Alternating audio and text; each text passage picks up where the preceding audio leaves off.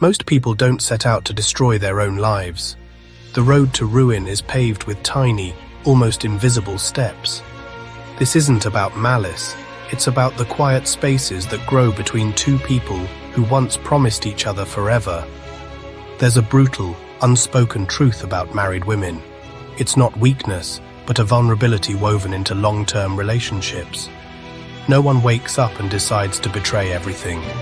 It happens in the smallest moments. A lingering glance, a text that makes her heart race. This isn't a sudden collapse. It's a slow, creeping decay of a marriage's emotional foundation.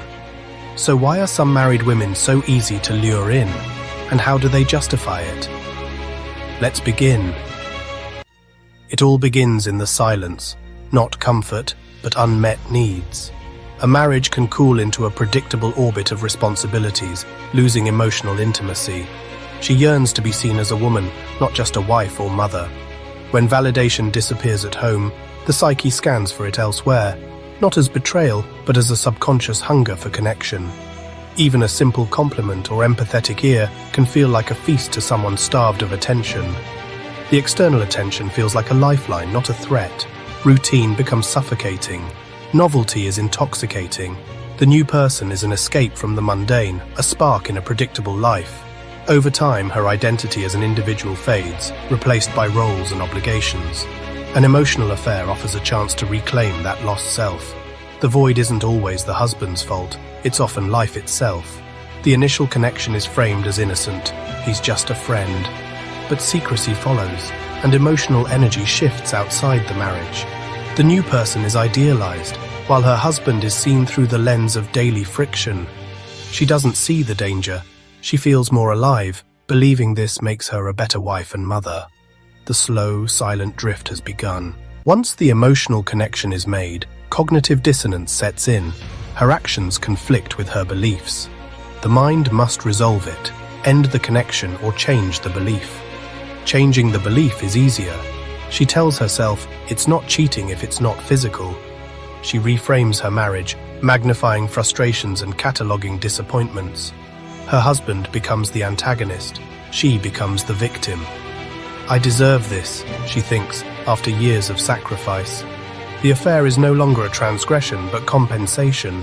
She rewrites history, minimizing good times and focusing on conflict. Secrecy is justified as protection, not deception. Blame shifts. If he paid more attention, I wouldn't need this. The more she invests in the affair, the more she justifies it, and the more distant her marriage becomes. The affair feels real, the marriage, a distraction. The fantasy bubble shields the affair from real-life stress, making it seem perfect. Language shifts. The affair partner truly understands me. The marriage is broken. Self-deception is complete. She's not breaking vows, just surviving a broken marriage. The shift from emotional to physical betrayal happens when justification is total. The heart has left, the body follows. The tragedy, the fortress of justifications, blocks any chance of repair. The emotional affair becomes an unstoppable current, replacing the marriage. The chains of habit, once light, are now unbreakable. The affair creates both dissatisfaction with marriage and the illusion of a better alternative. The connection is addictive. Her brain craves the dopamine and oxytocin rush. Her husband can't compete. The affair is her fix. She's trapped in a feedback loop. The affair feels good. The marriage feels worse, so she needs the affair more. Her husband is no longer her confidant. The affair partner is her emotional center. The marriage becomes a facade, maintained for appearances. Secrecy gives way to boldness, longer calls, intimate dinners, risk-taking. The physical line is crossed. The emotional betrayal is complete. She now sees herself as a woman in love with one man, legally tied to another. The affair is no longer an escape, it's the destination. She feels in control, but her choices have narrowed. She's a passenger, not the driver. The energy to maintain the marriage facade becomes unbearable. The only way to resolve the tension is to make the secret life her real life. When the affair is revealed, the husband is blindsided. He never knew he was in a fight. The chains, forged in secrecy, are now exposed and unbreakable. The breaking point isn't sudden.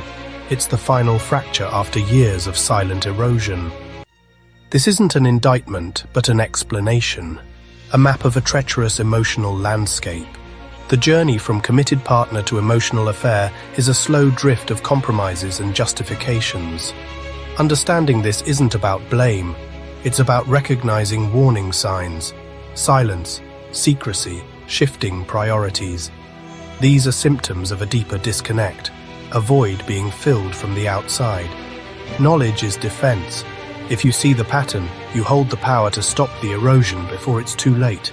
This is Stoic Guide. Until next time, take care.